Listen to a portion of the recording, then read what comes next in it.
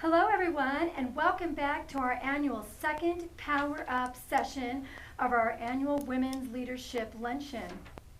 My name is Bridget Dixon, and I'm the President and CEO of the Santa Fe Chamber of Commerce. Together with P&M, we'd like to thank each and every one of you for attending this year's month-long celebration of women in New Mexico who personify agility. Agility, the theme of this year's luncheon, is a professional buzzword and one of the most popular, high-valued workplace concepts today. Obviously, being agile in 2020 is paramount to survival, not only for employees or companies, but in our personal lives as we try to balance it all. So what exactly does it mean to be agile? An individual or organization is agile when they're able to quickly adapt or evolve in response to change. So let's dive into a few characteristics that demonstrate agility. You're resilient. Rather than get discouraged by problems, agile professionals immediately start strategizing and collaborating for quick workarounds that address the issue as soon as it surfaces. You're proactive. If your organization values agility in its employees, they will likely create a culture of agility that supports quick decision-making and fast thinking. You're a communicator. You need to be able to communicate your strategies or novel approach quickly, accurately, and effectively. You're disciplined. You possess enough self-discipline to reach targeted goals, even if your performance isn't being tracked at every step. No matter how you slice it, agility is here to stay. So let's embrace it as we learn to thrive in uncertain times, and let's celebrate our collective agility as we hear from so many women in the land of enchantment who personify agility. Now, as leaders, it's equally important that we mentor the next generation of leaders. And it's my pleasure to introduce Katie Kapner, our Projects and Events Manager at the Santa Fe Chamber of Commerce. She has been with the Chamber a very short time, but she is a natural-born leader, and believe me, she's definitely agile. Katie, take it away.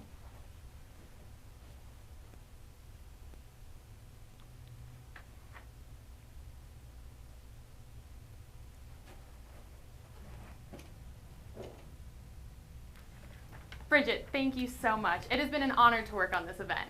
I'm Katie Kapner, and as Bridget said, we are so thankful for your participation. Of course, we could not do this without the support of our sponsors. With much gratitude, I would like to thank P&M, who title sponsors this event with us every single year. So thank you, P&M, for your continued support.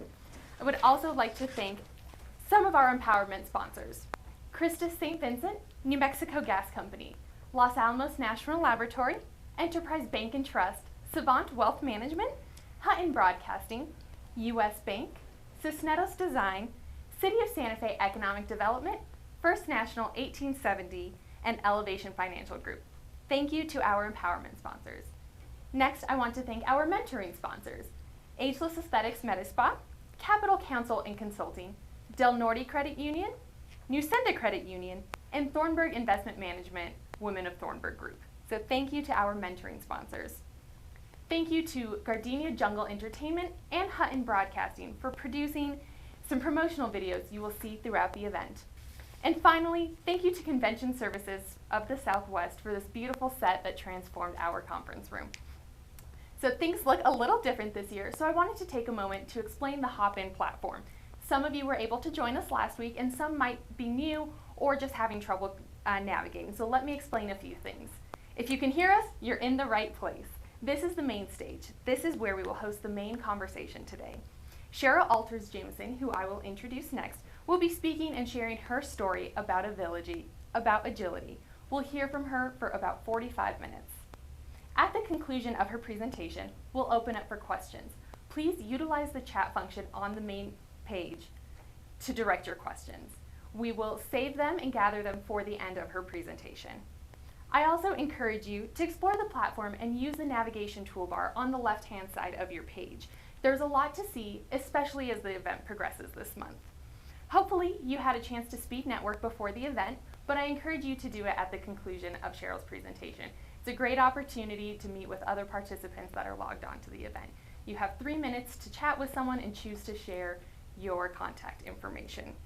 Again, keep your questions coming throughout Cheryl's presentation, and we will direct them at the end. With that, I would like to introduce our wonderful second Power Up Lunch and Learn speaker, Miss Cheryl Jamison. Cheryl Alters Jamison is one of the most accomplished and respected authors working in the culinary field today. She has written more than 3 decades on the food and culture of the Americas, particularly the Southwest. She has been a recipient of the James Beard Foundation Cookbook Awards, which is the Oscars of the food awards, 4 unprecedented times. Her books collectively have sold more than 2 million copies. Cheryl has been a culinary editor for New Mexico Magazine, where she's still a contributor. Writing has also appeared in New York Times, the Boston Globe, Food and Wine, and much, much more.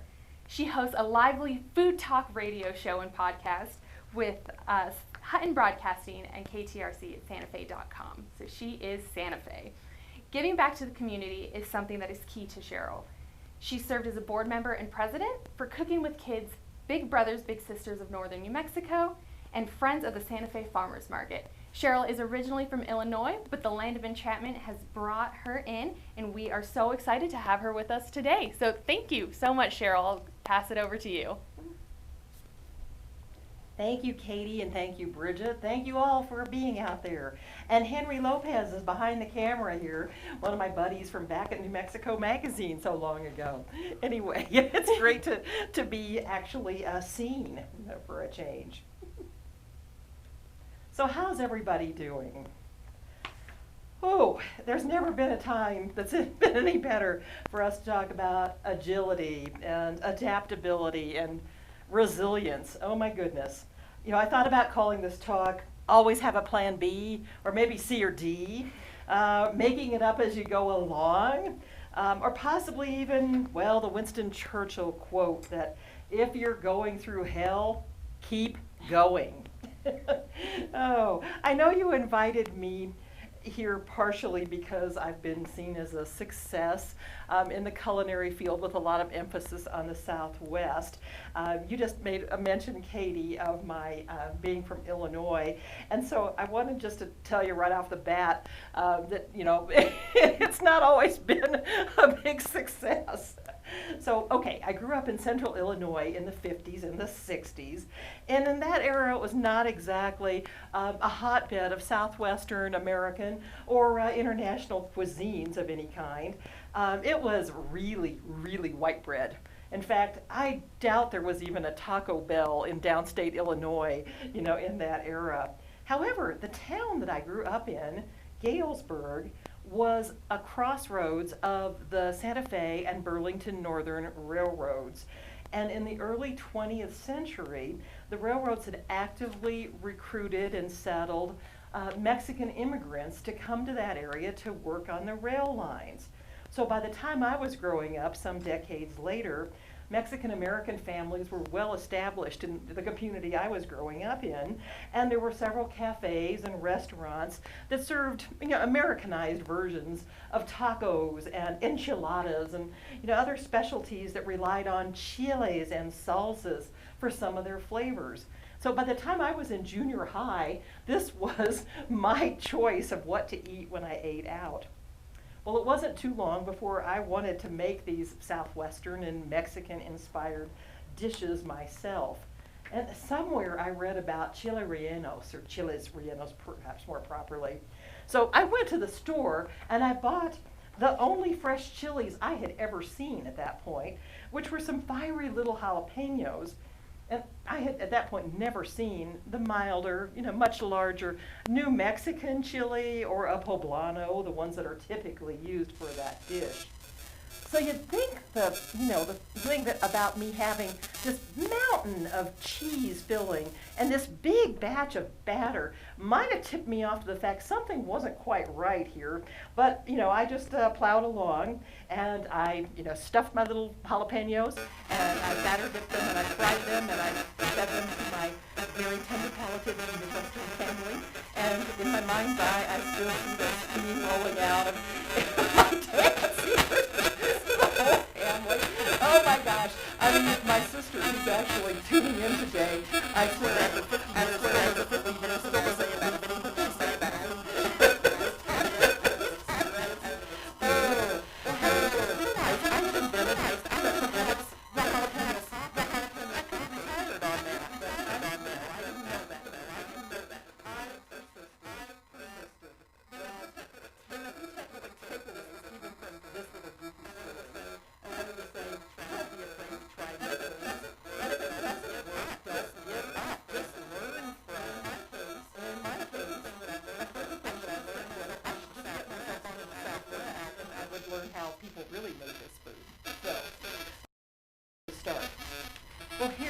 deeper story. Until 5 years ago, I was a part of a couple. I was a part of a team, a wildly successful two-person team. I pretty much had it all. But life does throw us curveballs. My husband, Bill, my teammate, my partner in all things, was diagnosed first with one often quickly lethal cancer. And then when it seemed like he, with the help of the Phoenix Mayo Clinic staff, could miraculously beat the odds, he was diagnosed with a second, unrelated cancer, one even more quickly lethal. His death a few months later at Mayo's Phoenix Hospice left me without the love of my life and my best friend of more than 30 years. Simultaneously, I lost my business partner, my co-author, my financial advisor, my greatest support in times both good and bad. Oh, lots of loss, lots of loneliness. Constantly, though, I remind myself that I was and I am among the luckiest of people because I did have all of that. I had the dream. Bill and I shared passions, food and travel and wine, baseball and literature and Willie Nelson, and working on our old barn of a home in Tasuke, but also the deeper connection of shared values and experiences. We didn't have children together, but have still, a blended tribe of Bill's daughter and her family and lots of other great relatives. He and I were there for each other in every respect. We could lift each other up, we spurred each other's creativity, and we actually found a way to have a fulfilling career together that revolved around those passions. We had fun together, too. We wrote more than a dozen cookbooks and a whole bunch of travel guides. You know, I met Bill actually way back on my 22nd birthday. He actually hired me that day for an arts-related job. And it would be years of working together, off and on, of becoming friends, and both of us ending up in Santa Fe before the friendship caught fire. From then on, though, we were a team, a truly formidable team. Oh, after Bill died, there were some less expected tough surprises still to come. It was hard to be in my home, in my own house, our beloved home. Perhaps most cruelly, cooking was no longer a joy. I've cooked since I was a kid, so it wasn't like that had only been, a couple's thing. But it had just become so intrinsically part of who we were that it was just simply painful. So I went places. I wandered, which was darned hard too, because we had always traveled. But it was easier than being at home at that point. And that traveling was a part of reclaiming my life. The first couple of trips to Hawaii and then to Peru were ones that we planned together, that he was supposed to be a part of. Then I did a couple of things that Bill didn't want to do. I visited Cuba, which he'd refused to do because he objected to the government. Well, also, I'm a huge fan of the Rolling Stones. And I had seen them at least, a half a dozen times over the years prior to his death. Bill was of the opinion that a half a dozen times was certainly plenty. There were, quite enough times. I didn't need to see them anymore. But Bill left me. So darn it, I went off to see the Rolling Stones one more time in Quebec City, Canada, of all places, which, by the way, is a fabulous little city. I looked for other ways to heal myself. I've always loved nature and the outdoors, and gardening became part of my healing. During the months in Phoenix for Bill's medical treatments, we spent lots of hours at the city's magnificent botanical garden.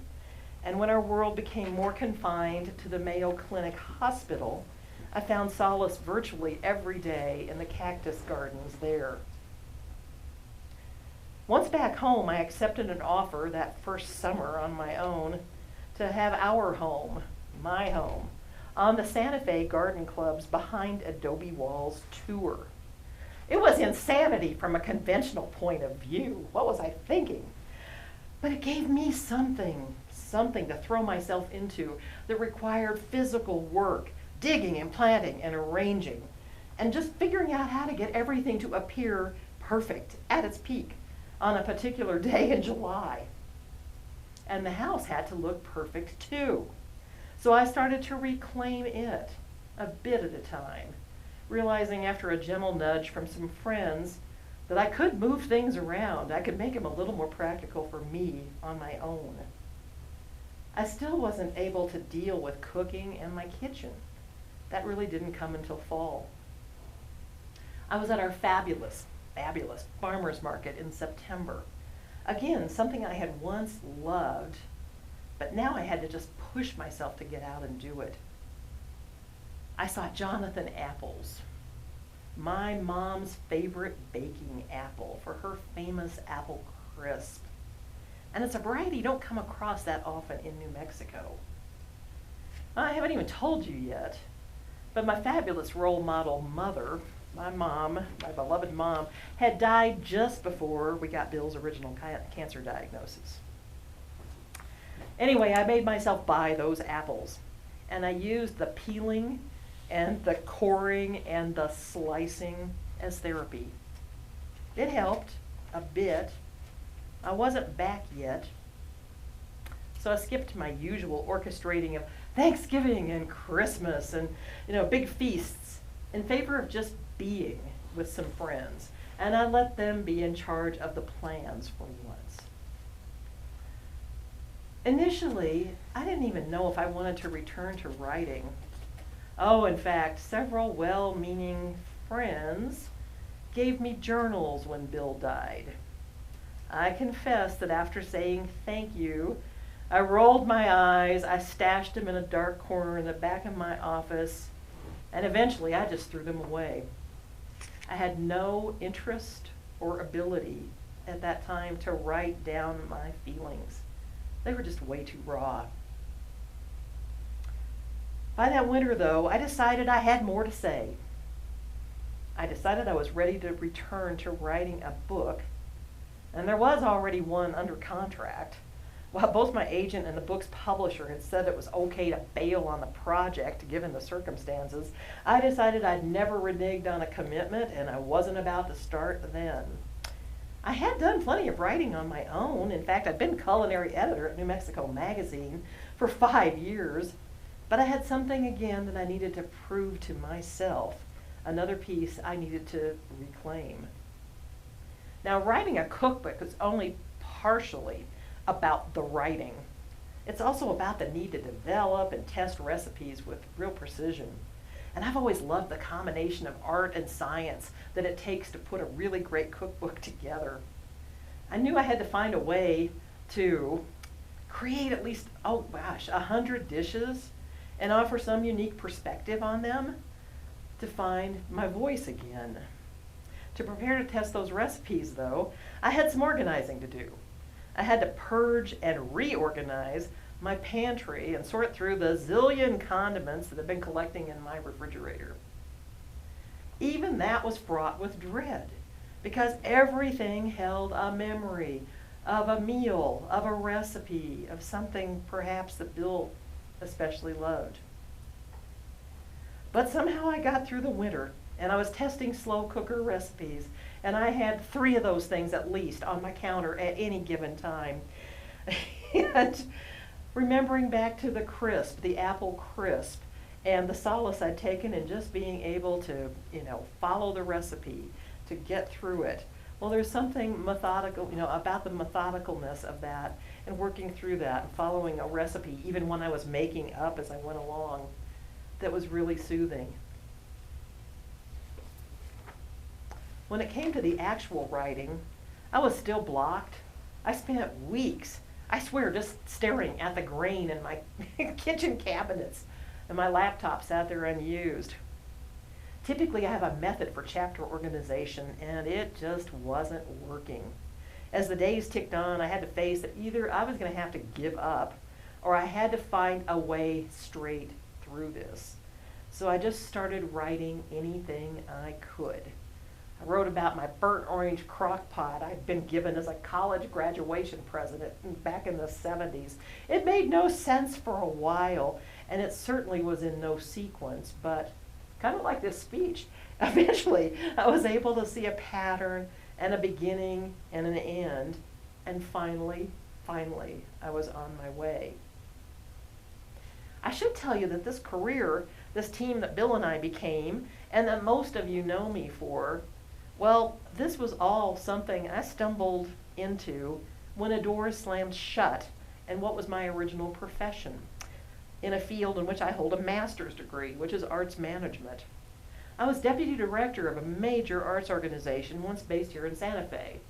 I was recognized for building several of its highest visibility projects and programs, and was widely credited as the person responsible for raising huge amounts of money to support and fund those programs. When the executive director announced his retirement in 1990, that job was the logical next step, I thought, for me as deputy director on my then career path. Well, the board's search committee didn't even give me the courtesy of an interview after 10 years on that staff, because as just a 37-year-old woman, surely I couldn't think I had the experience needed to lead an organization. Well, having that door slammed in my face really broke my heart, but it also convinced me it was time to walk away. Until then, I'd always seen myself as someone who was in a career job with a real salary, and at the time, our plan as a couple was for me to have that job with a serious income, while Bill got established as a travel writer. To his credit, my husband immediately got behind me, and together we figured out how to scrimp and save for a while, and brainstormed about what more we could do together, now that I was going to have a lot of time on my hands. One of the things that we brainstormed could be a fun challenge, who knew, a profitable venture one day, was writing about food. We included quite a bit about food in our travel books, but this could be a big jump. While we pondered that, we got contacted by the Jaramillo family, the owners of Rancho de Chimayo, to work with them on a cookbook that would tell their story. Now, back to being one of the settling families of the Chimayo Valley more than 3 centuries ago. We had a book on Santa Fe in northern New Mexico at the time, and the Jaramillos appreciated the way that we dealt with food and culture of our beloved adopted state. Well, the publisher of our travel books jumped at the chance to produce the book, which won a good bit of praise for showcasing, at the time, this not well-known New Mexican food, which we all know is not Tex-Mex, Cal-Mex, or Mex-Mex. Honestly, at the time, we had no real idea of how other people put a cookbook together, but we figured out a process for this one. With Bill's history background, I made him sound historical, with his degree in American history, he dug into family files and to records that are now a part of the cool little Chimayo Museum. I headed into the kitchen, which at the time had no written recipes. The cooks were all women from the village, and they knew how to make every one of the local dishes. It meant that the carne adobada might taste a touch different depending on whether Mrs. Martinez or Mrs. Baca made it.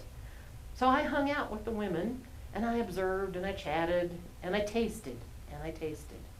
And eventually I would head home, and I'd make a composite of the dish. Then I'd drive it back up to Mrs. J, Mrs. Jaramillo, and daughter Laura, and whoever else was around for their approval. Then I'd go back home again, and I'd finish writing a version with instructions as clearly as I could figure out how to do. Bill and I had such a good time, and we just loved what we learned, both about the area as well as the process of putting a cookbook together. We decided to try to get our publisher to greenlight another cookbook. Before we returned, we thought more fully to travel books. Bill was from Texas, and on a road trip over there, it occurred to us that the state's diverse food scene was worthy of a book. It was our need in figuring out how to deal with barbecue for the book's nominal chapter on that topic and we became immersed in that as an art. We had so much material about how to smoke and barbecue properly that we decided if we could get our publisher to put just a little more money behind a literal pig out, we could travel the whole of the South just eating our weight in briskets and butts and ribs and, well, even whole hogs. That book became Smoke and Spice, and it caught a wave. In some ways, it launched a wave by celebrating this then under-recognized culinary art.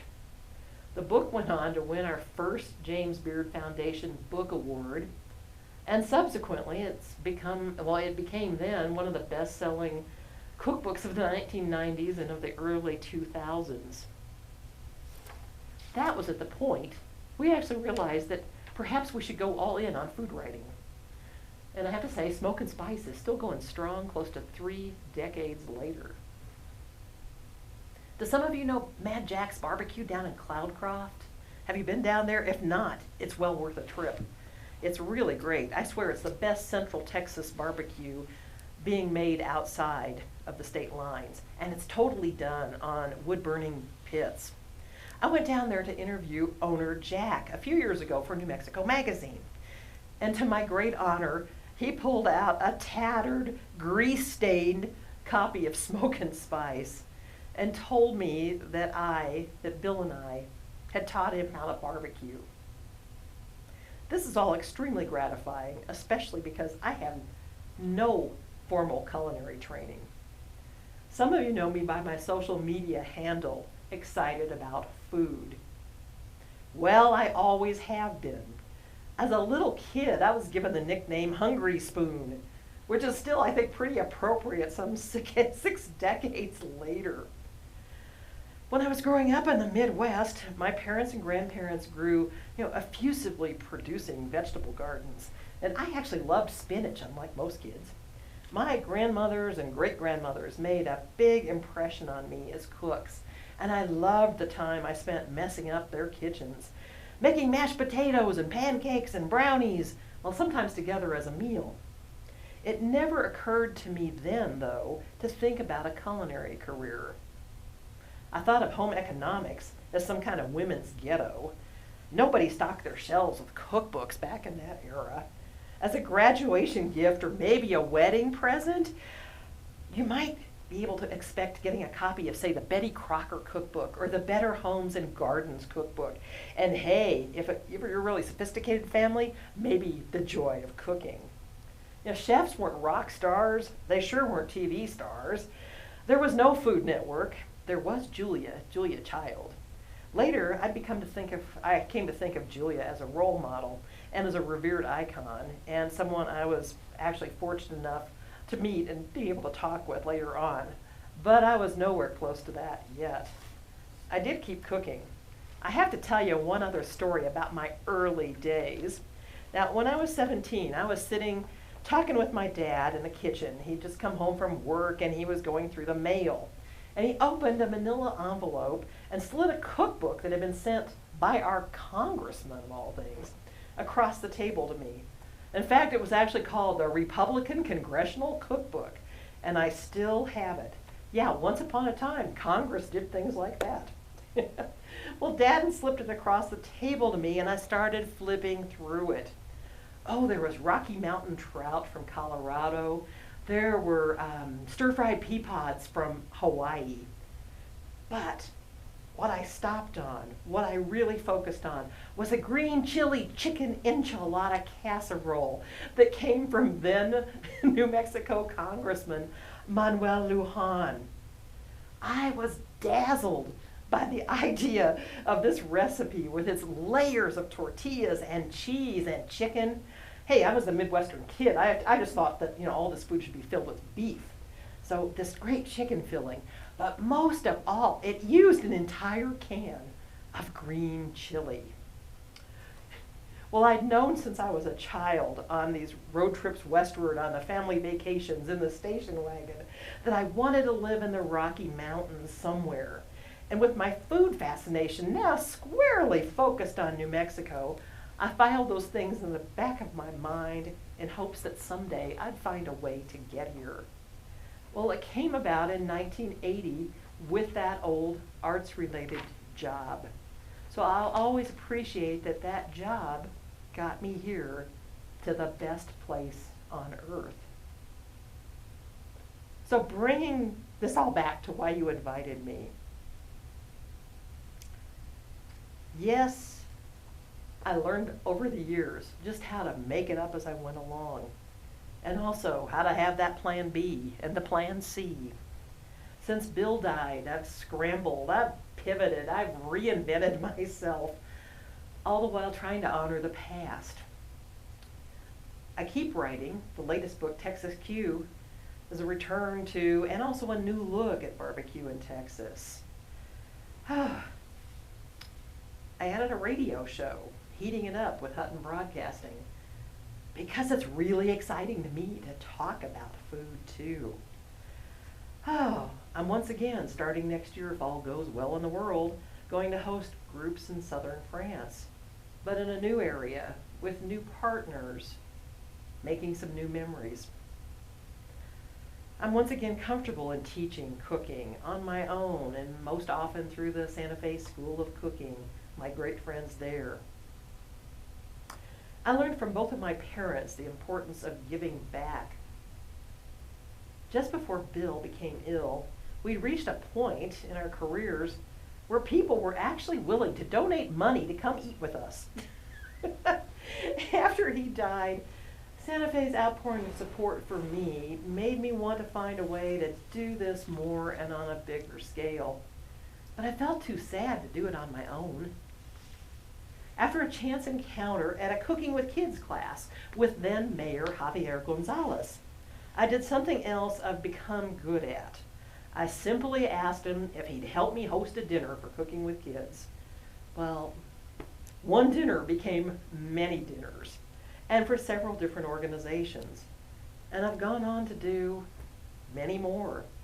And I still find it kind of amazing that people are willing to donate thousands of dollars to charities to join me at the table. But I'm truly thrilled about all the money raised for our important nonprofits and museums here in this area. As much as life has changed, I still do pretty much have it all. Because I've lived it all, and nobody can take my memories, what I've learned in all these years that Bill and I were together, and what I've discovered about my own capabilities. And I learned too that grief is simply the flip side of intense love. Well, it's time to wrap this up. And here are, I hope, a few takeaways for you too. 1, figure out what brings you joy. What makes you feel happy to be alive? For me, it's food, travel, art, gardening, reading, skiing, Dodgers baseball, music, hey, my pet chickens. It's giving back. If you're not doing at least most of whatever those things are for you, start making a plan for how to get there. 2, it's actually related to 1. Have a vision of where you're going. You might modify it. You might sidestep it. You might switch to that plan B or D or F, but you're never going to get there wherever that there is without a plan. I never thought, I'll say, I always thought I was going to work in the arts and I would enjoy food and travel as a pastime. Turns out I make my living eating and sleeping around, and I get to enjoy art for relaxation. 3, be proactive. Bridget said this earlier too. You know, any decision you try to duck, that you just ignore, you've made a decision that way. 4, give yourself a break now and then. We're all going to face some obstacles. Whatever the obstacle, it could be death, it could be a job you think should have been yours. Oh, this terrible COVID mess. Give yourself time to grieve, to heal, to be a little gentle on yourself. I heard Monique Jacobson, last week's speaker, say that too. And we're both really driven women. And we actually worked together for a while with the tourism department. I adore what she does and what she's accomplished and who she is. But again, it's okay to take good care of yourself. You're going to be better for everyone around you too. But just get back eventually to putting one foot in front of the other when you can. Another thing, ask for help when you need it. I like to help other people, but somehow it was hard for me to accept that other people like to help too, and that I could ask them, even tell them what I needed. Boy, was this a big breakthrough for me. Now, discounting things over which we have no control. Think through, hey, what's the worst that can happen if you try something new? I was pretty freaked out when I went from having a real salary to working freelance. But when I realized the worst thing was that I might have to face taking a real job of some sort again someday, thinking that through can bring you peace. How bad was that? Well, after you lose somebody important to you, as I lost Bill, hey, there's really virtually no outcome that's ever going to be worse in my life than that. That gives you a lot of freedom to try anything you want. And the last thing I'd like to leave you with, I'm very clear-eyed about the fact that I'm a white woman of privilege with money in the bank, and I own my own home, and so much more. Yeah, I've dealt with tragedy and pain, but I'm blessed with so very much. I've been lifted up by family, by my friends, and by my colleagues. In particular, by my women friends and colleagues. And I imagine that everybody tuning into this today knows this, but I want to say it too. We're so much stronger together.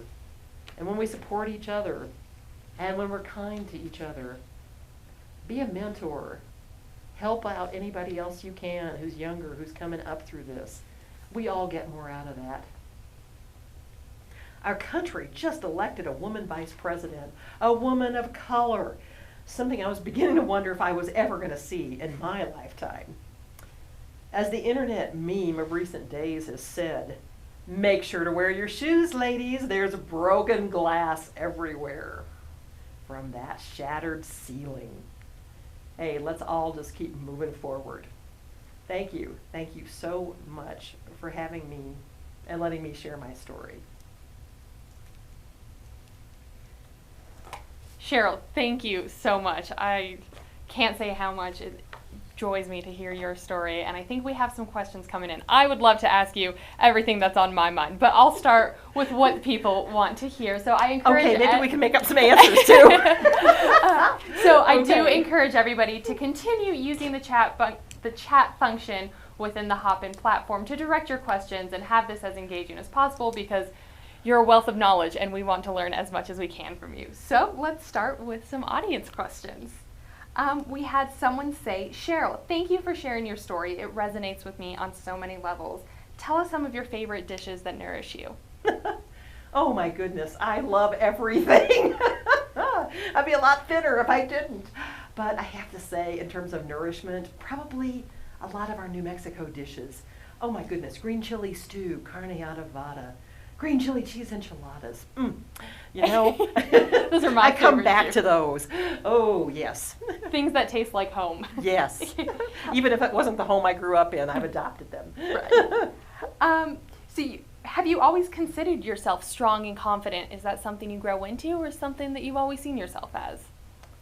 Wow. I guess I've always had some level of confidence.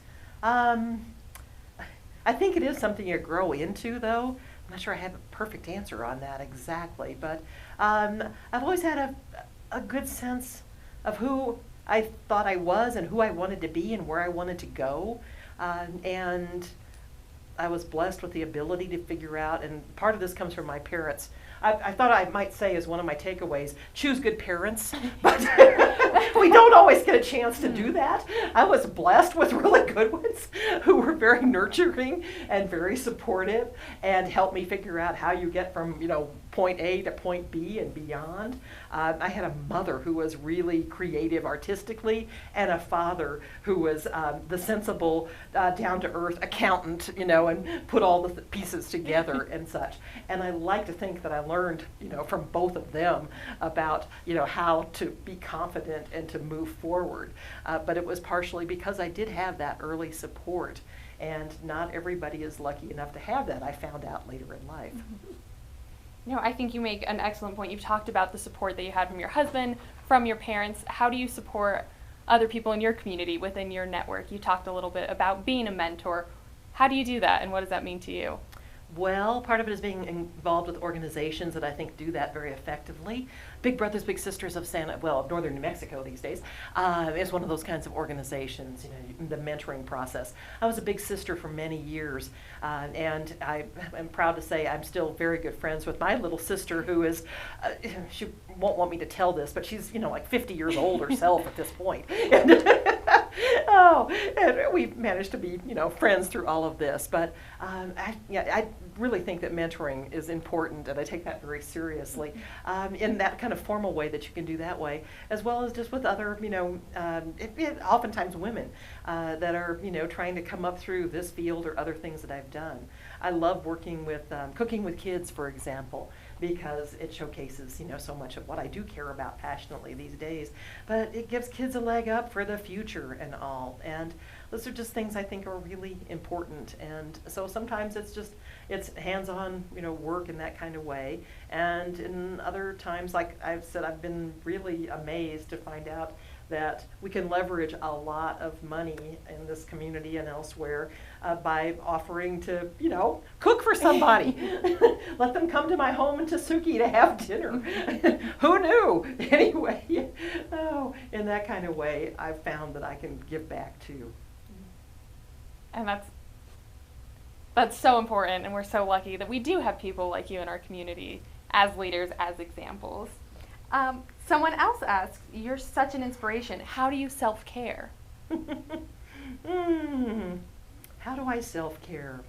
I try to take time just to think, to read, to listen to music. I love rock music. I'm always listening to rock music. It makes me feel good. It makes me feel joyous and happy. I have usually a very full life, and I push myself. And I have learned that one of the pandemic silver linings is to sit back, and it's okay to, again, as I was saying earlier, to take a breath, and you don't have to do everything at exactly that minute. And so I love those things. And, I like to go play with my pet chickens. The chickens are kind of celebrities in their own right these days. They make me feel good. But yes, whatever it is that, makes you feel good, do that. I love that. And that circles back to exactly what Monique was saying last week as well, about finding what makes you feel alive and doing that and embracing that. We have another question that asks, if you could give your younger self any advice before you started traveling and cooking, what would it be? That you can relax. It's all going to take, it's going to work out. I don't know. Again, that things do have a way of working out. I'm serious about that, really. That, okay, yes, have a plan. Know where you think you want to be, but it's okay to veer off of that, when you get other opportunities. If they're still taking you the same general direction, that's okay, and it's going to work out. So how do you define success for yourself, and what do you think are characteristics that have made you successful? It's a big one. It's a big question. Really? Yeah. Partially by the fact that I'm happy. I feel, grateful. And I am excited every day to get up and do what I do. To have those opportunities, I guess that would be part of my definition of success. Yeah. That's great. Back to the food questions. You're the expert here, so everyone wants to know. Okay. Are there any foods that you don't like or don't like to eat? There's only one flavor that I don't like, and this just, absolutely floors people. I don't like coffee. I don't like coffee. That's why I have my iced tea with me here. I always have some iced tea. I'm not a coffee drinker.